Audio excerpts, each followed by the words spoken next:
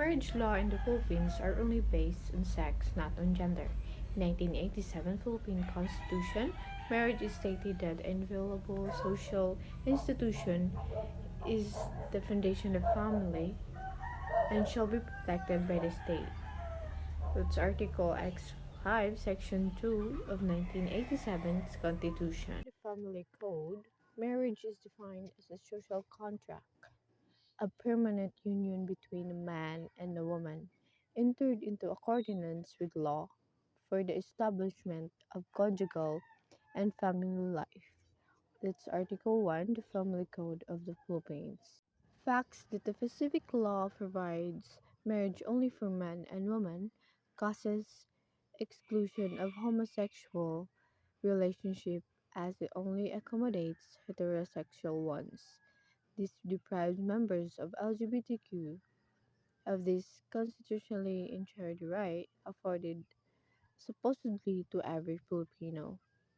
Succeeding provision of material law in the Philippines are in anchored of the above inequality. For material law, various personal law present this picture of inequality in its provision. The crime of adultery present harsher criticized than the crime of concubinage. Article 333 and 334 of the Revised Penal Code. Vagrants of prostitutes pertain only to women. Article 202 of the Revised Penal Code. Gender inequality issues on right work prohibition. That's Article 130 of the Labor Code. Disputable presumptions. Rule 231, Section 3 GG of the Rules of Court, and removal of criminal liability for rapists under Republic Act 8353 should be also be visited. Of the decision of the husband or father. Under the Article 14 of the Family Code of the Philippines, it is provided that Article 14, in case either or both of the contracting parties having been emancipated by the previous marriage are between the ages of 18 and 21, they shall be exhibited to the local civil registrar the consent of their marriage of their father, mother, surviving parent, or guardian. The administration of enjoyment and community property of conjugal partnership, Article 96 and 124 of the Family Code provided that Article 96, the administration of enjoyment of the community party shall belong to both spouses jointly. In case of disagreement, the husband's decision shall prevail, subject to recourse to the court by the wife for proper remedy which must be availed of within 5 years from date of the contract implementing such decision. Article 124. The administration of enjoyment of the conjugal partnership shall belong to both spouses jointly. In case of disagreement, the husband's decision shall prevail, subject to recourse to the court by the wife or proper remedy, which must be availed within 5 years from the date of the contract implement such as decision. Article 211. The father and the mother should jointly exercise parental authority over the person of the common children. In case of disagreement, the father's decision shall prevail unless there is a judicial order of the country. Article 225. The father and the mother shall jointly exercise legal guardianship over the property of the emancipated common child without the necessary of the court appointment. In case of the disagreement, the father's decision shall prevail unless higher burden of women wives than a man or husband. The crime of adultery and concubinage include of the concept of material infidelity Adultery involves a wife who engages intersexual intercourse with a man not her husband. On the other hand, concubinage involves a husband who has sexual intercourse with other or with a woman not his wife under scandalous circumstances. Keep another woman in a conjugal home. A wife in adultery case incurs a higher penalty than that for ewing husband in concubinage. A penalty of imprisonment is also impossible or paramour in adultery, but only the penalty of disturio or banishment falls on the concubine or incubinage. Forgiveness clause in the Crime of Rape, Republic Act 8353, or the Anti-Rape Law. The Anti-Rape Law, Republic Act 8353, contains a clause that can easily exonerate the offender and can further endanger the victim. In the law, it was stated that subsequent valid marriage between the offender and the offended party shall extinguish the criminal action of penalty. Exclusive definition of prostitution. Article 202 of the Revised Penal Code amended to Republic Act number 10158 retained the decades-old definition of prostitutes as women who, for money or for profits, habitually engage in sexual intercourse or lascivious conduct. Following this definition, a man who peddles sexual acts for profit is in effect invisible in the eyes of law, thus making action of their immune to imprisonment. Hi everyone, good day sir. I'm Group 9 and I'm here to discuss about the critique on the Responsible Parenthood and Reproductive Health Act of 2012, Republic Act number 10354, also known as RH Law. So as really noticed, it is quite common for your grandparents to have 7 or 8 siblings. Some even have more. This is not the commonplace nowadays, as most couples settle for 2 or 3 kids. That is why most of ye have few siblings unlike previous times. This phenomenon is very simple wherein children became costly in terms of times and resources. Rationale of the RH Law. The Responsible Parenthood and Reproductive Health Act of 2012, or RA 10354, also known as the RH Law, was primarily enacted on the vision that the poor will have the access to reproductive health, or RH, goods and services which they cannot afford. With this law, the poor will likely have sufficient access to information about proper use and effective of this RH product. Apparently, the failure of the market of RH goods and services to reach the marginalized women compelled the Philippine government to step in and initiate measures to address the currency. However, RH law was depicted by paintings of promoting abortion and abortifacient products, those sinful and frowned upon by the Catholic Church. So these are the elements of RH law. The elements of the recently enacted RH law are as follows. First, family planning information and services. Second, maternal, infant, and child health and nutrition, including breastfeeding. 3. Prevention of abortion and management of post-abortion complication. 4. Adolescents and youth reproductive health guidance and counseling. 5. Prevention and management of reproductive tract infections such as HIV, AIDS, and STIs. 6. Elimination of VAUSI. and the other form of sexual and BGEB. 7. Education and counseling on sexuality and reproductive health. 8. Treatment of breast and reproductive tract cancers and the other gynecologic condition and disorder. 9. Responsibility and involvement in men's RH. 10. Prevention, treatment, and management of infertility and sexual dysfunction. 11.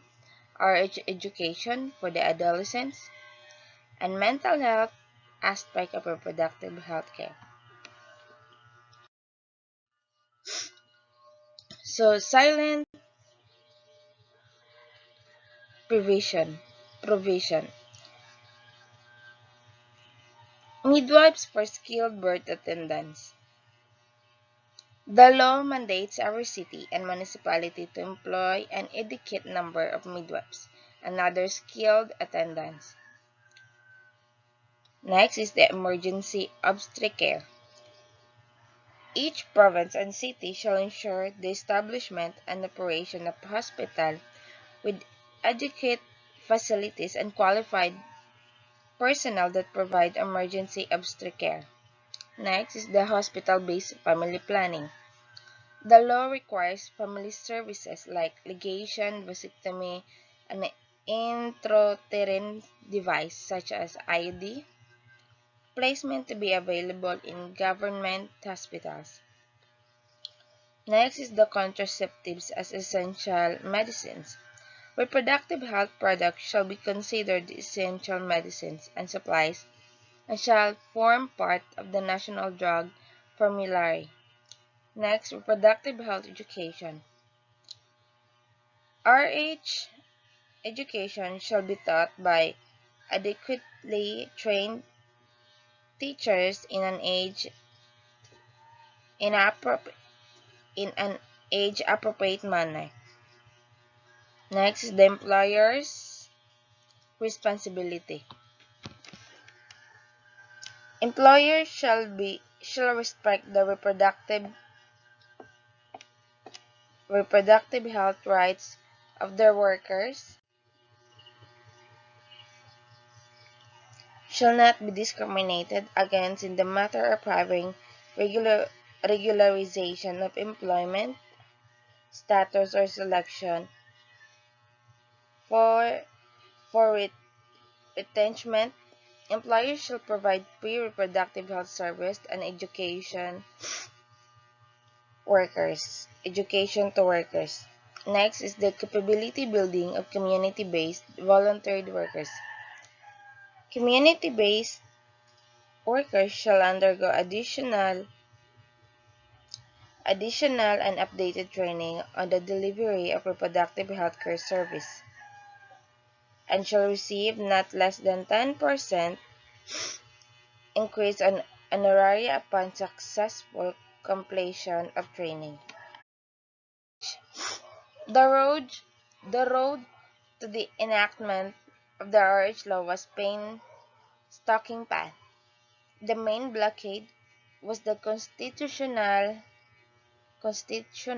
provision, particularly that provided in Article 2, Section 12 of 1987 Constitution, which mandate that the state recognize the sanctity of life. It shall equally protect the life of the mother and life of the unborn from conception. The long political battle talks about a unified reproductive health policies and been rooming on spares of the Philippine government way back 1960s. With the creation of Population Commission as a measure of population control to manage high fertility rates and alleviate poverty. Henceforth, the backlash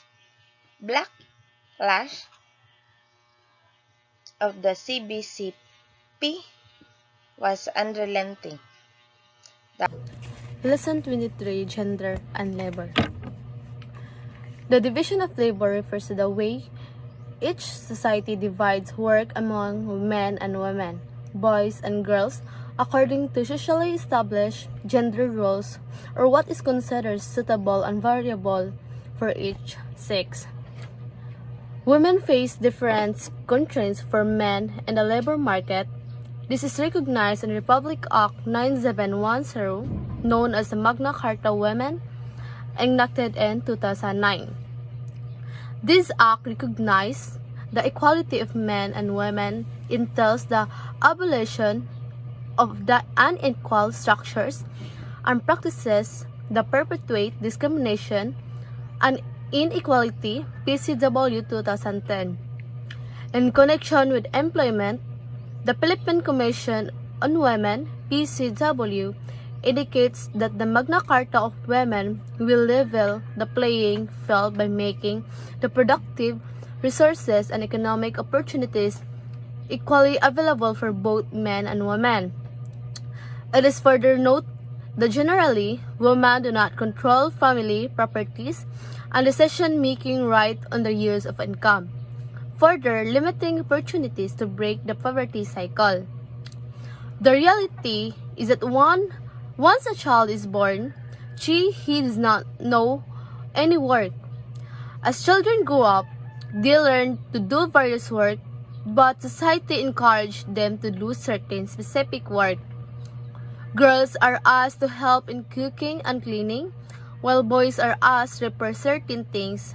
The distribution of labor is based on sex and not on individual capacity or skills. This affects girls and women adversely, since girls are expected to take care of family and household. Their education is not a priority of the family. But boys and girls should be given equally opportunity to learn different skills set based on interests and to grow.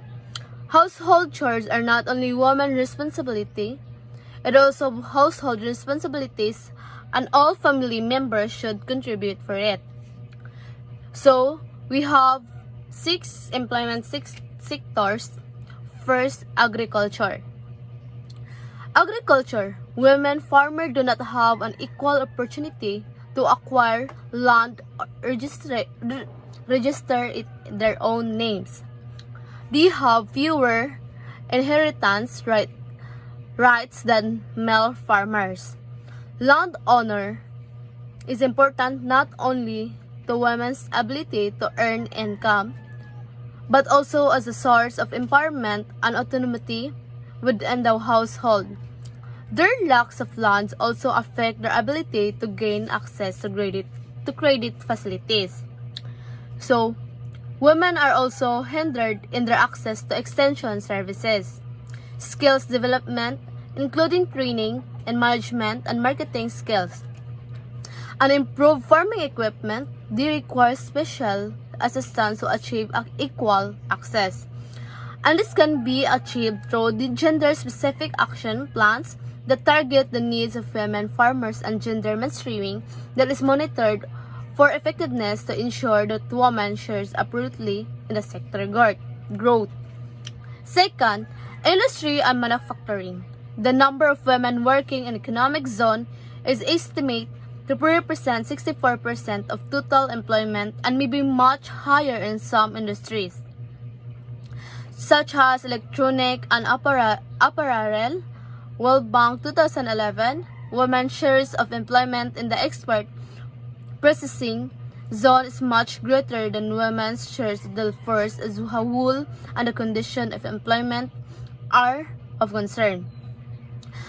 So, reports suggest that working and living conditions are poor, that women difficult to obtain work while pregnant and after birth of their baby, and that unionization is uncommon.